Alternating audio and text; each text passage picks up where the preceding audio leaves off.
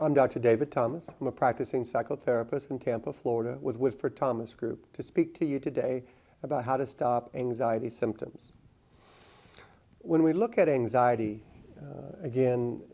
it's one of the four major blocks to happiness. The other three are depression, anger, and guilt. But how do we stop anxiety symptoms? There are a variety of different ways. I'm going to share with you today just a couple simple techniques that you can use to certainly minimize, in some cases, rid yourself of the anxiety symptoms. Probably the easiest, quickest way to rid yourself of an anxiety symptom is to focus on your breathing.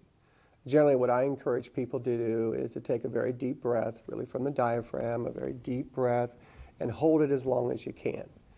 And then when you exhale it out completely so you really rid yourself of a lot of that stale air.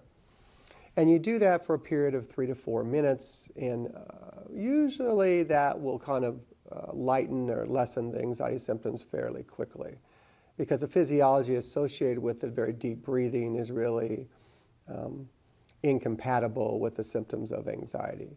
Another strategy you can use very quickly of dealing with anxiety symptoms would be to over-focus on something. For example, if you have a picture in your office or at home, is you just look at the picture and you just describe everything that is in that picture to ad nauseum, to where you leave nothing to chance there. So you just over-focus on the picture itself. And finally, probably one of the quickest techniques to rid yourself of anxiety symptoms is to close your eyes and imagine a 24-second clock. And you count the clock down, 24, 23, 22. But every time you get a random thought in your mind, go back up to 24. Don't be discouraged. The chance of you getting down to 0 is probably none. But certainly what you end up doing is bringing those symptoms down. So you start with a 24-second clock and you go 23, 22, 21.